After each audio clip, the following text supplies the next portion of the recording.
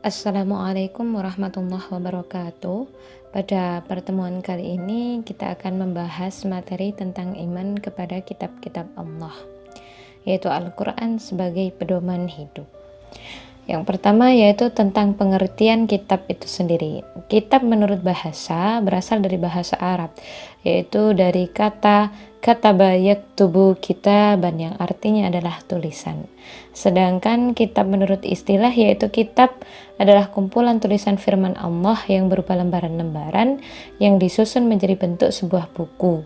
Pengertian iman kepada kitab Allah adalah meyakini dengan sepenuh hati bahwa kitab-kitab Allah benar-benar wahyu Allah yang diturunkan oleh Allah kepada para rasul melalui malaikat Jibril, di mana kitab-kitab tersebut dijadikan sebagai pedoman hidup manusia agar bahagia di dunia dan di akhirat. Mana iman kepada kitab-kitab Allah Subhanahu wa Ta'ala itu termasuk rukun iman yang ketiga.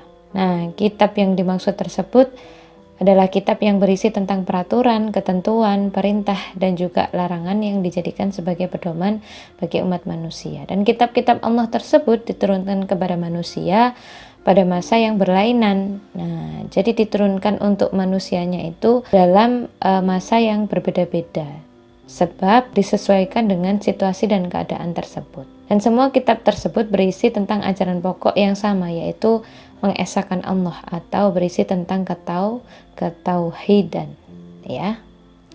Di dalam Al-Quran dijelaskan ada 4 kitab Allah yang diturunkan kepada nabinya. Yang pertama yaitu kitab Taurat yang diturunkan kepada Nabi Musa. Yang berikutnya yaitu kitab Zabur yang diturunkan kepada Nabi Daud alaihissalam. Yang ketiga yaitu kitab Injil yang diturunkan kepada Nabi Isa, dan kemudian yang terakhir adalah kitab Al-Quran yang diwahyukan kepada Nabi Muhammad SAW. Berikutnya dalam Quran surat Al-Maidah ayat 48 disitu disampaikan tentang baik itu kitab Al-Quran dan kitab-kitab sebelum Al-Quran dijelaskan di dalamnya, ya. A'udzubillahi minasyaitonirrajim. Bismillahirrahmanirrahim. Wa anzalna ilaikal kitaba bil haqqi musaddiqan lima bayna yadayhi minal kitabi wa muhaiminan 'alaihi fahkum bainahum bima anzalallah wa la tattabi' ahwa'ahum 'amma ja'aka minal haqq. Wa anzalna, dan kami telah menurunkan ilaikal kitaba, yaitu adalah kitab, bil haqqi, dengan membawa kebenaran, musaddiqan lima baina yadayhi minal kitab, yang mana itu membenarkan kitab-kitab sebelumnya, wa muhaiminan alaih, dan menjaganya. Fahkum bainahum, maka putuskanlah perkara di antara kalian, bima anzalallah, dengan apa yang telah diturunkan oleh Allah, yaitu wahyunya, wala tattabi' ahwa'ahum, dan janganlah mengikuti hawa nafsu mereka, amma ja'aka minal haq, dengan meninggalkan kebenaran yang telah datang kepadamu. Minal haq, yaitu sebuah kebenaran yang mana kebenaran itu disampaikan oleh Allah berupa wahyu-wahyunya, ya, baik itu Al-Quran maupun kitab-kitab sebelumnya. Berikutnya yaitu pengertian kitab dan suhuf. Di sini kita bedakan antara kitab dan suhuf. Apa itu kitab? Apa itu suhuf? Ya. Yang pertama yaitu suhuf terlebih dahulu. Suhuf adalah wahyu Allah yang disampaikan kepada para rasul, tetapi masih berupa lembaran-lembaran yang terpisah. Nah, juga suhuf tersebut isinya lebih sederhana atau simple daripada kitab itu sendiri. Kemudian kitab yaitu wahyu Allah yang disampaikan kepada para rasul yang mana sudah berbentuk buku ataupun kitab. Nah, jadi sama-sama merupakan wahyu Allah, akan tetapi apabila suhuf itu masih berupa lembaran, apabila kitab Al-Quran atau kitab Taurat, Zabur, Injil, nah, itu adalah sudah berupa bentuk kitab. Seperti itu, ya. Kitab Al-Quran yaitu berbentuk buku. Kemudian apabila kitab itu isinya kitab lebih lengkap dibandingkan dengan isi suhuf itu sendiri. Berikutnya pembahasan tentang kitab Taurat terlebih dahulu yang akan kita bahas.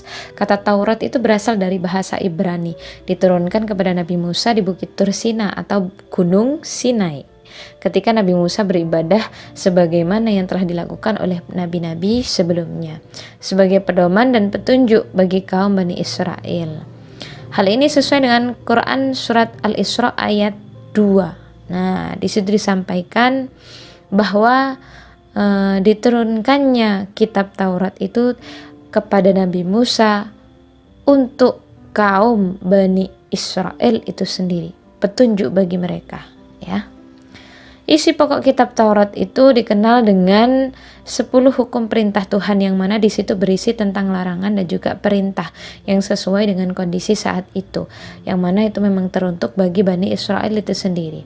10 hukum tersebut berisi meliputi yang pertama yaitu menjelaskan akidah yang benar, yaitu mengesahkan Allah, tidak menyekutukan Allah. Yang kedua yaitu larangan menyebut Allah dengan main-main. Nah, dilarang ya. Dalam kitab Taurat ajarannya seperti itu. Yang berikutnya yaitu memuliakan hari Sabtu.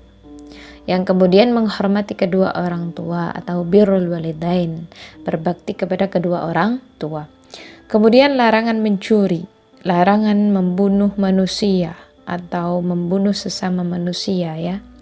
Sama-sama ciptaan Allah. Larangan berbuat syirik atau menyekutukan Allah. Larangan berbuat zina. Nah, berhubungan suami istri yang mana itu bukan suaminya yang sah atau istrinya yang sah. Artinya itu berzina. Kemudian larangan menjadi saksi yang palsu atau berdusta. Nah, yang terakhir yaitu larangan memiliki keinginan atas hak orang lain atau merampas, merampok, menjamret dan lain sebagainya. Nah, itu adalah memiliki keinginan atas hak orang lain. Berikutnya pembahasan tentang kitab Zabur. Kata Zabur itu bentuk jamaknya Zubur, yang mana itu berasal dari kata zabaro yazburu zabar yang berarti menulis. Makna aslinya adalah kitab yang tertulis. Zabur dalam bahasa Arab dikenal dengan sebutan mazmur, ya, jamaknya mazamir, yang dalam bahasa Ibrani itu disebut dengan mizmar, yang mana itu merupakan nyanyian rohani yang dianggap suci. Nah, juga dalam bahasa Ibrani itu artinya Zabur itu sendiri adalah lagu atau musik, di mana kitab Zabur itu berisi kumpulan-kumpulan ayat yang dianggap suci. Di dalamnya itu ada 150 surah, yang mana itu tidak mengandung hukum-hukum sama sekali, tetapi cuma berisi tentang nasihat-nasihat, hikmah, pujian, sanjungan kepada Allah atau Tuhannya ya, yang mana secara garis besar nyanyian rohani yang disenandungkan oleh Nabi Daud alaihissalam itu dalam kitab Zabur terdiri dari 5 macam. Macamnya yang pertama yaitu nyanyian untuk memuji Allah atau memuji Tuhan. Yang kedua yaitu nyanyian perorangan sebagai ucapan syukur. Nah, jadi puji-pujian seperti itu. Yang berikutnya adalah ratapan jamaah. Maksudnya apa bu ratapan jamaah? Ratapan jamaah itu seperti pengampunan dosa. Jadi meminta ampunan atas dosa-dosa yang diperbuat. Berikutnya yang keempat adalah ratapan dan doa individu. Nah, jadi bermunajah, doa-doa yang dipanjatkan. Yang berikutnya yang terakhir yaitu nyanyian untuk raja. Jadi kitab Zabur itu berisi tentang pujian-pujian yang mana tidak mengandung hukum-hukum sama sekali di dalamnya. Berikutnya yaitu kitab Injil. Kitab Injil diwahyukan oleh Allah kepada Nabi Isa, di mana kitab Injil itu memuat tentang keterangan-keterangan yang benar dan nyata, yang mana isinya itu tentang mengesahkan Allah, di mana tidak boleh menyekutukan Allah dengan sesuatu yang lain. Ada pula penjelasannya bahwa di dalam kitab Injil tersebut terdapat keterangan bahwa di akhir zaman nanti akan lahir nabi yang terakhir dan penutup para nabi dan rasul, yaitu Nabi Muhammad, atau di situ disebut namanya yaitu Ahmad. Dan kitab Injil sebagaimana dijelaskan dalam Al-Quran bahwa Nabi Isa untuk mengajarkan ketauhidan kepada umatnya atau pengikutnya.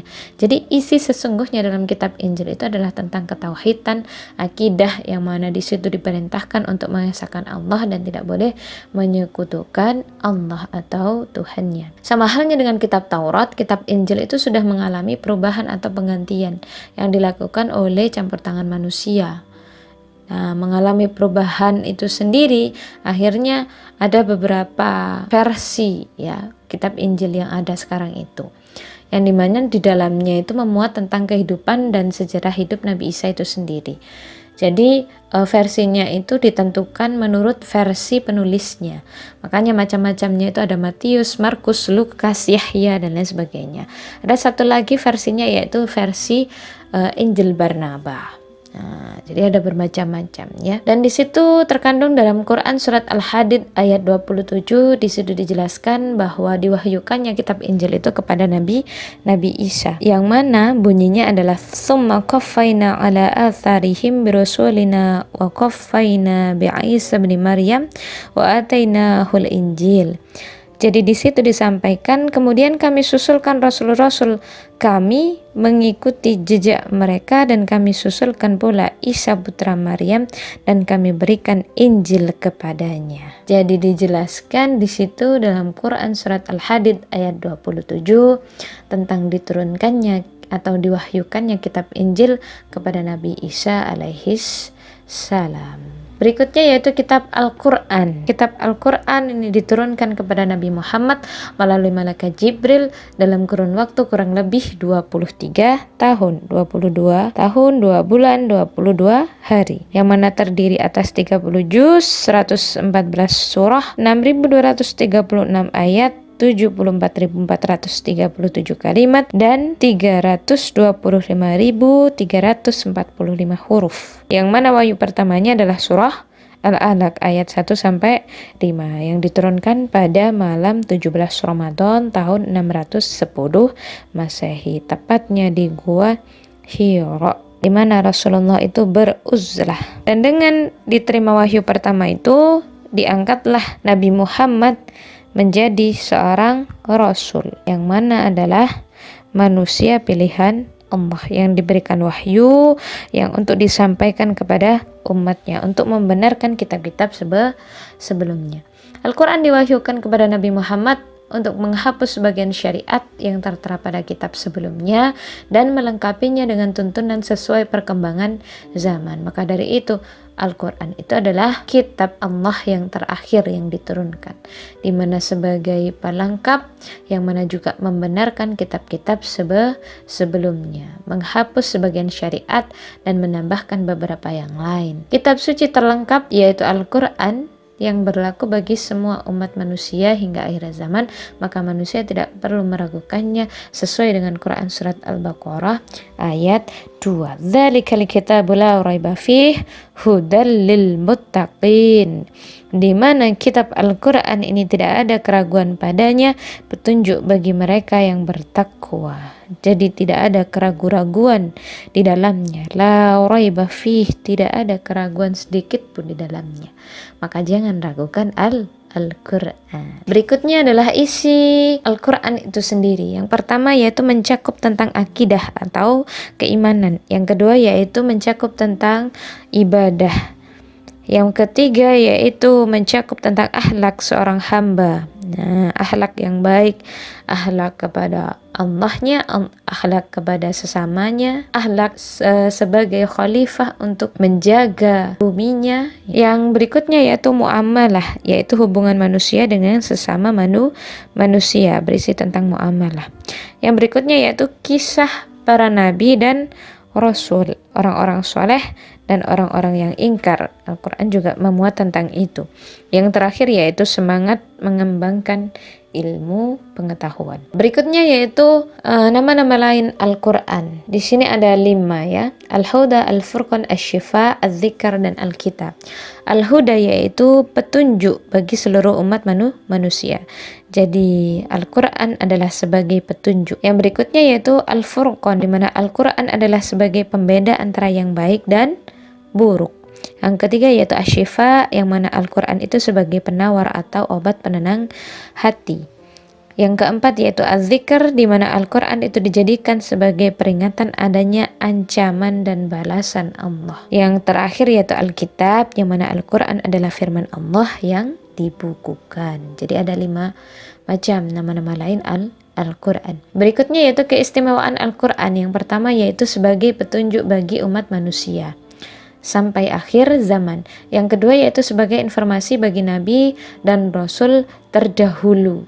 Nah, jadi pelengkapnya yaitu Al-Quran, yang mana itu adalah wahyu terakhir yang diturunkan oleh Allah. Yang ketiga, sebagai kitab suci terakhir yang terjamin keasliannya, karena tidak ada Al-Quran versi A, B, C, D, tapi Al-Quran hanya satu. Dimanapun dipelajari tetap bahasanya satu, yaitu bahasa Arab. Jadi terjamin keasliannya, tidak ada yang merubah-rubah. Berikutnya yaitu tidak dapat tertandingi oleh ide-ide manusia. Tidak ada yang bisa membuat sebagaimana Al-Quran. Yang terakhir yaitu membaca dan mempelajarinya merupakan suatu amal ibadah. Itu adalah keistimewaan dari Al-Quran. Membaca saja dan mempelajari merupakan suatu ibadah. Apalagi menghafal meskipun itu satu ayat. Berikutnya yaitu bagi orang-orang yang beriman kepada kitab-kitab Allah, maka akan melakukan hal-hal yang mulia. Hal-hal yang mulianya diantaranya adalah 5 ini ya. Yang pertama yaitu tetap meyakini bahwa kitab-kitab suci sebelum Al-Quran adalah datangnya dari Allah, yakin dan percaya. Yang kedua yaitu menjaga kemurnian Al-Quran dengan menghormati, memuliakan dan menjunjung tinggi Al-Quran. Jadi menjaganya, tadi disampaikan wa muhaiminan alaih, dan menjaganya. Yang ketiga yaitu menjadikan Al-Quran sebagai pedoman hidup dan petunjuk.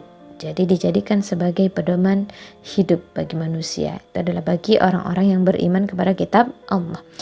Berikutnya yaitu berusaha membaca Al-Quran di segala kesempatan, baik suka maupun duka, serta belajar memahami arti dan juga isinya. Nah, jadi ketika kita luang sehendaknya kita membaca Al-Quran. Tidak perlu menunggu waktu luang, artinya harus diluangkan kapan waktunya untuk membaca Al-Quran. Rajin membaca dan juga mempelajari arti maupun isi dari Al-Quran. Berikutnya yaitu berusaha mengamalkan isi Al-Quran di dalam kehidupan sehari-hari, mengamalkannya. Jadi apa yang dilarang itu kita hindari, dan apa yang diperintahkan itu kita jalankan atau kita lakukan dengan baik. Fa insyaallah apapun yang kita lakukan dengan ridha dan hanya mengharap ridha Allah Subhanahu wa taala, apapun yang kita lakukan dengan ikhlas, maksud saya ya, dan hanya mengharap ridha dari Allah Subhanahu wa taala, semoga menjadi amal ibadah bagi kita untuk menjadikan hisab kita ketika di hari akhir nanti menjadi baik dan bisa menghantarkan kita kepada surganya Allah Subhanahu wa taala. Amin ya rabbal alamin. Hanya itu saja yang bisa saya sampaikan. Nanti kita bisa lanjutkan kepada pertemuan berikutnya. Saya akhiri. Assalamualaikum warahmatullahi wabarakatuh.